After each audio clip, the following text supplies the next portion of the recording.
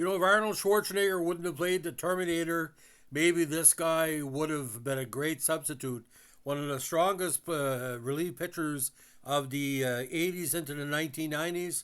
A Blue Jay favorite, was a big part in our first World Series in 92. And tremendous presence on the mound at 6'5", probably 240, 250. Imposing, but with those large rim glasses on. He became Clark Kent darts, then Superman, with his a vast array of pitches. So today we're talking about the pride of Kansas City, Missouri, the great Tom Henke. Now born Thomas Anthony Henke, nickname again the Terminator. He was one of the most dominant field closers during the late 80s and early 90s, pitching in two steads with the Rangers, 82 to 84 and 93 94, the Blue Jays from 85 to 92, and the St. Louis Cardinals in 95. Of course, he won divisional titles with Toronto from 85 on, and was a big part again of the World Series title winner in 92. Now, on the mound, he was easily recognizable by the large rim glasses he wore at a time when many players began using contact lenses. He cast an imposing figure and dominated batters with his hard fastball early in the count and his forkball for the strikeout. On average, he would strike out 9.8 batters per 9 innings pitched over his career. Now, he started off in his backyard throwing every night to his father, who caught his pitches while sitting on a 5-gallon bucket. Every kid should have a dad like that, Henke said. He grew up in Taos, Missouri, and attended Blair Oaks High School. After high school, he played at East Central Junior College. In 1980, a couple of friends who believed Henke had pro-caliber stuff told him they would buy the beer if he showed up at a talent evaluation opportunity.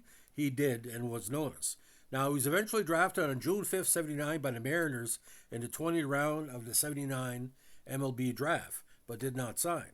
On January 11, 1980, he was drafted by the Cubs in the first round, the 24th pick of the 1980 MLB draft, the January secondary, but again did not sign.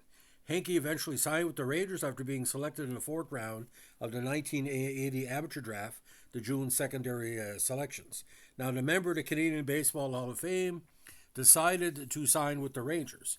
He was eventually assigned to the Gulf Coast League Rangers in the Gulf Coast League, where he had immediate success, going 3-3 with a .95 ERA in 38 innings, earning a promotion to Single A Asheville Tourists in the South Atlantic League, one of the most underrated minor league squads of that era. In 81, he started season back in Asheville, where his 86 record with 3 saves and then .293 ERA in 92 innings earned him a promotion to the AA Tulsa Drillers in the Texas League. He spent the entire 1982 minor league season back at Tulsa, despite putting up similarly impressive numbers: 14 saves with a .267 ERA and 100 strikeouts in 87 innings. He did, however, see time with the Rangers at the end of the season and made his major league debut on September 10th. In 83, Henke was finally promoted to the Oklahoma City 89ers in the AA, but again his development stalled and he spent much of the next 3 seasons at AAA. Despite strong numbers in the minors and similar numbers during his intermittent times in Texas, he was labeled as a pitcher who had trouble finding the strike zone, finishing with 20 walks in 28 to third innings with the Rangers in 84, and appeared to be the odd man out in the Rangers' bullpen. And let me tell you something, that was one of the biggest mistakes in Ranger history. Now, eventually, Henke was selected by the Blue Jays from the Rangers on January 24, 85 as a free agent compensation pick. After blazing through the hitters at AAA Syracuse to the tune of an 8.8 ERA and 18 saves at 51 innings over 38 appearances, he won the International League's Most Valuable Pitcher Award in 85. He was promoted to Toronto during the 85 pennant drive and never looked back, not allowing a run in his first 11 appearances and finishing the campaign with 13 saves. Again, it was a big factor of then winning the division that year, and he came within 1 game of the World Series. Henke was then made the team closer in 86 and played a major role in Toronto Blue Jays' successful run from the mid-80s to the early 90s, finishing with 217 saves with the team and helping Toronto to his first championship, a 6-game defeat to the Braves in the 92 World Series. Of course, part of the 89 title winner, 90, 91, and 92. Now, back with the Rangers, he signed with them as a free agent for 2 years. He had a career-high 40 saves in 93. In 94, he had only 15 saves due to spending time on the disabled list. Now, Henke, who turned 37 in 1995, signed with the Cardinals for the 95 campaign, and after 2 seasons with the Rangers. The closer converted his first 22 saves for the team in 95, ending with 36 total saves for the year. He was honored with the St. Louis chapter of the Baseball Writers Association J.G. Taylor Spink Award as the St. Louis Baseball Man of the Year. Despite having just finished one of the best seasons of his career and 22nd MVP voting, he decided to retire at the end of the 95 season. I've always admired guys who have gone out to the top of their game, Henke said. Sometimes you have to look at what's the most important thing in life, and of course his family's always been very important, and he basically said, I'd like to see my kids grow up. Over his 14-year career, he was named to the All-Star team twice.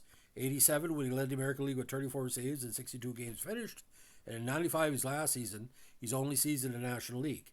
He also won the Rolaids Relief Man of the Year award in 95. Henke was the 7th reliever to eclipse the 300 saves plateau, and when he retired with 311 career saves, it ranked him 5th on the all-time career list. 14 Major League Baseball seasons, 489.2 inning pitch, 267 ERA, 1,092 WHIP, 255 walks to 861 Ks for a 3.38 shutout to bases on ball ratio, 982 fielding percentage. In the playoffs, 19-2 innings pitched, 2-0, 1.83 ERA, 9.66 WHIP, 5 saves, and again all saves in the 92 playoffs for the world champion Blue Jays. Now, Henke lives on his 1,000-acre farm in Taos, Missouri, with his family, wife Katie, and children Lindsay, Ryan, Kim, and Amanda, who has Down syndrome. Now, Henke met his wife Kathy in college. My catcher one day said, let's go to McDonald's, and Kathy was working there at the time, Henke said. She sold me a Big Mac, and I was done. She was tall and athletic, and I was pretty shy. Turns out we had a class together and started talking. Now, coming from a small population under 900, he admitted he initially had to overcome a fear of big cities. I hated going to New York City, and he said I felt like a fish out of water there. I go from the hotel to Yankee Stadium, and that's it. It took me 3 years before I went out to visit the Statue of Liberty, and I never took the subway. While living in Toronto, Henke said, I rented an apartment downtown for 2 or 3 years, and that wasn't for me. I'm just a guy from a small town, and that's where I'm most comfortable. Now, big on charities in Toronto and Texas and every place he was in. He has teamed with Jefferson City, Missouri Cosmo Club to hold the annual Tom Henke Charity Classic Golf Tournament, which raises money for the Special Learning Center, a school for handicapped children. He also volunteers with the Down Syndrome Charities, the Special Olympics, and the Cancer Society, is on the board of directors with the Missouri Department of Mental Health. Now, Henke's nickname, the Terminator, allegedly was given to him by teammate John Cerulli in 85 after he saw the movie The Terminator together.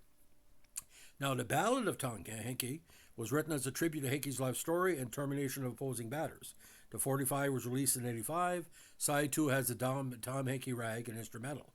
Now, Henke is also a commercial spokesperson in a very hilarious commercial for a Canadian favorite, Aqua Velva. Now, inducted in the Missouri Sports Hall of Fame in 2000. In 2009, the Blue Jays honored Henke with a figure giveaway bearing his likeness.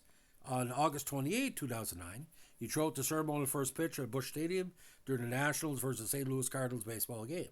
Now, named to the Canadian Baseball Hall of Fame 2011, induction ceremonies were held at St. Mary's, Ontario on June 18, 2011. Now, on August 14, 2016, the final ceremony of a tree with Blue Jays all-time greats was held to celebrate the club's 40th anniversary. Henke represented the bullpen along with Dwayne Ward and Mike Dimlin. Former Blue Jays starter Roy Halladay, Dave Steve, Pat Henke, and Juan Guzman were welcome back too. The entire group exemplified top arms in club history. Now, in November 2018, Henke was inducted in the Ontario Sports Hall of Fame. So, ladies and gentlemen, can he get into the Baseball Hall of Fame? Well, that's yet to be seen because, they really don't put in players that deserve it. But let's just look at rough numbers for Henke, and I want you to give me your opinion. Now, this is consecutive seasons, okay? From 85, when he first came in, 13, 27, 34, 25, 20, 32, 32, 34, 40, 15, 36 saves. On average, he would save 33 games a season. On average, he would have about 91 strikeouts and only 27 base on balls. Now, the key ones for me is this. With Toronto in those title years, 29, 217 saves, 2.48 ERA. Now, the statistics are do not lie, ladies and gentlemen. In the postseason, okay, and this is where it stands out for me. In 85, 89, 91, 92, okay, he went 2-0 against Kansas City in that championship series. 89, he had 2 games finished. 3 saves in 92 in the ALCS versus Oakland. 2 saves against the Braves in the final. And it was everything they could to get him out. No runs given up in 89. No runs given up in 91. No runs given up in 92 in the LCS. And so from 89 to 92, he only gave up 1 earned run in those appearances. So you do the math on that. On nearly the over 10 innings pitch. So, ladies and gentlemen, Tom Henke for the Baseball Hall of Fame. Again, it all depends. He didn't play the 15 or 20 years prerequisite, but from 1985 to 1995, one of the most dominant relievers of the modern era. So I'll let you decide. If you're a big fan of Henke, let me know why he should be in the Hall of Fame. I think he should be, but that's just my personal opinion. If you look at all those titles with Toronto, and he wanted to go back to Texas to be closer to his family, and St. Louis, of course, for obvious reasons. So, ladies and gentlemen, if you like what you're doing here with our Blue Jay Tribute Club podcast, let us know with a like, comment, subscribe, or share. And don't forget, requests are always appreciated and always highly considered. Bye.